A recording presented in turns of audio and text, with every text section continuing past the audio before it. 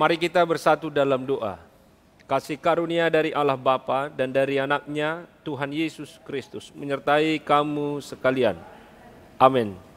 Saudara-saudara yang berbahagia, marilah kita mendengarkan firman Tuhan pada hari ini. Ayat harian kita pada hari ini, Kamis 2 September 2021, diambil dari Efesus 3 ayat 20-21.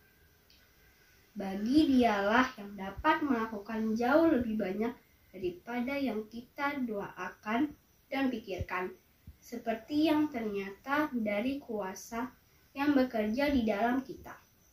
Bagi Dialah kemuliaan di dalam jemaat dan di dalam Kristus Yesus, turun-temurun sampai selama-lamanya. Amin.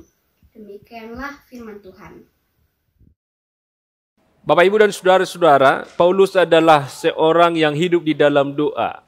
Setiap kali dia mau menyampaikan firman Tuhan, dalam bekerja, melayani di tengah-tengah kehidupannya, ia adalah orang yang selalu hidup di dalam doa. Dan surat-surat yang dia tuliskan kepada banyak jemaat, Bapak, Ibu, dan saudara-saudari, diawali dengan doa, ucapan syukur kepada Tuhan.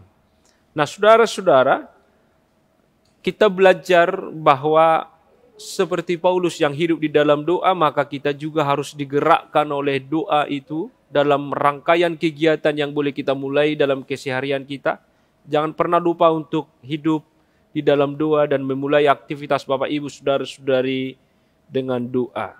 Hidup di dalam doa, Bapak Ibu, saudara-saudara, itu berarti kita melekat di dalam Kristus. Hidup di dalam doa itu berarti bahwa kita berada di dalam Kristus. Dan hidup di dalam doa itu berarti bahwa saudara-saudari bergantung kepada Kristus yang mengajar kita berdoa.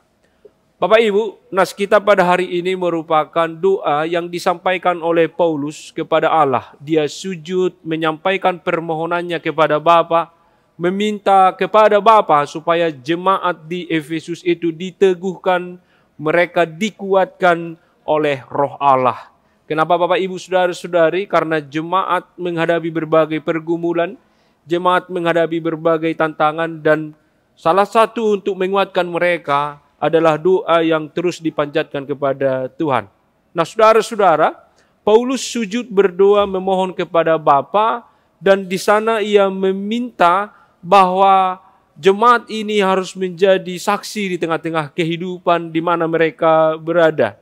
Maka saudaraku, kita belajar dari nas kita pada hari ini, marilah kita juga berdoa untuk gereja-gereja kita di tengah-tengah dunia ini. Saudara, dalam doa yang dia sampaikan kepada Tuhan, Paulus tidak lupa memuliakan Allah.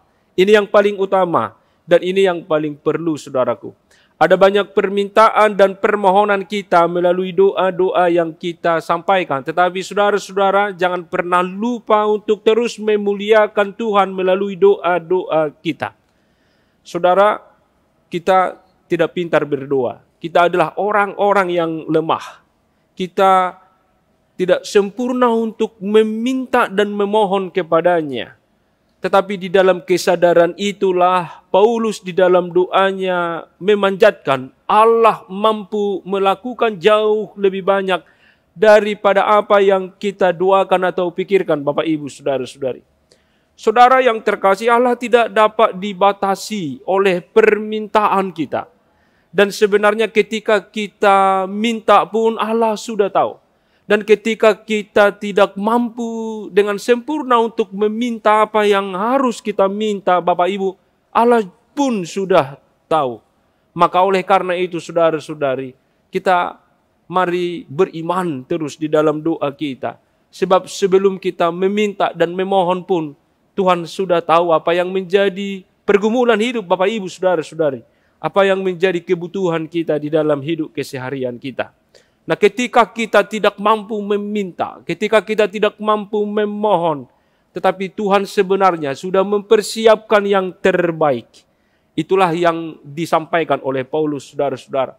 Bahwa di dalam doa yang dia panjatkan kepada Tuhan itu, ia berkata bahwa Allah berkuasa, Allah maha kaya, Allah maha tahu. Dia adalah sumber rahmat. Dia mampu melakukan perkara-perkara besar yang tidak pernah kita pikirkan sebelumnya, Bapak Ibu. Oleh karena itu, tetaplah hidup di dalam doamu. Nah, oleh sebab itu, saudara-saudara, kita juga belajar hari ini supaya kita tidak meragukan Tuhan.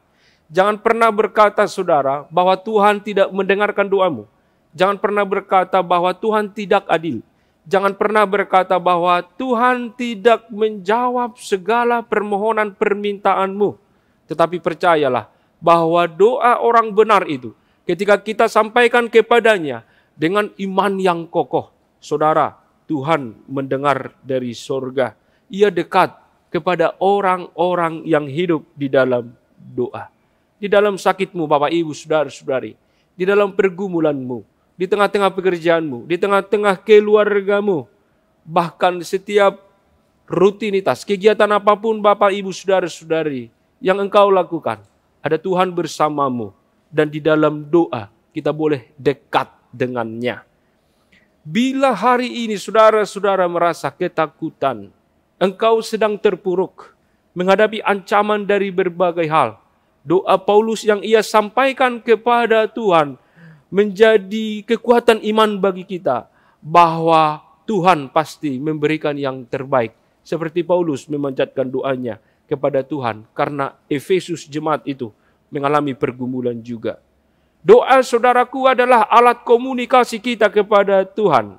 Doa akan terus mengingatkan kita betapa baiknya Tuhan itu dalam hidupmu. Doa akan terus mengingatkan kita betapa kita ini ringkih, betapa kita ini orang-orang yang lemah. Tetapi doa akan memampukan kita untuk semakin kuat dan penuh sukacita bahwa ada Tuhan yang hebat dan berkuasa menaungi dan memelihara hidup kita.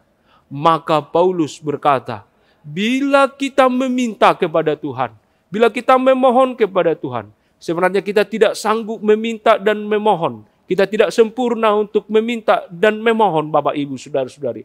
Tapi Tuhan sudah memikirkan jauh lebih dari apa yang sudah kita katakan. Jauh lebih dari apa yang sudah kita katakan. Maka kita diingatkan untuk memuliakan Tuhan. Maka ceritakanlah kepada generasi muda. Katakanlah kepada anak-anak. Katakanlah kepada keluargamu. Katakanlah kepada sahabat-sahabatmu. Kepada semua orang. Supaya di dalam doa kita memuliakan Tuhan, memuji Tuhan.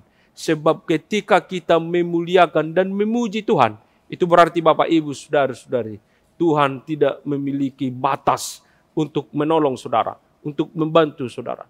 Tuhan tidak bisa diukur dari isi-isi doa kita. Sebab doa-doa kita sebenarnya Tuhan sudah tahu apa yang menjadi isi dan permohonan kita. Sebab sebelum engkau Bapak Ibu Saudara-saudari memikirkannya, Tuhan sudah tahu. Sebelum Bapak Ibu Saudara-saudari memintanya, Tuhan sudah sediakan.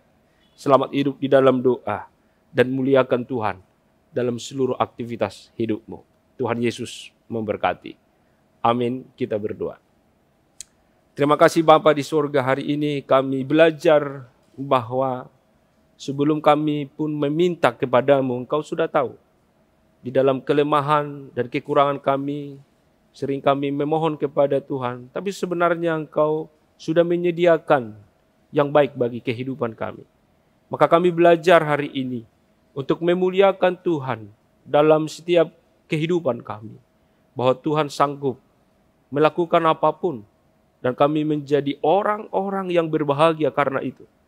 Tuhan tolonglah kami, supaya di dalam keseharian kami menceritakan kebesaran Tuhan untuk memuliakan Engkau sepanjang hidup kami. Terimalah doa pujian syukur kami yang kami sampaikan di dalam nama anak-Mu, Tuhan Yesus Kristus, Juru Selamat kami yang hidup. Amin. Anugerah Tuhan kita Yesus Kristus, kasih setia Allah Bapa, dan persekutuan Roh Kudus menyertai kamu sekalian. Amin.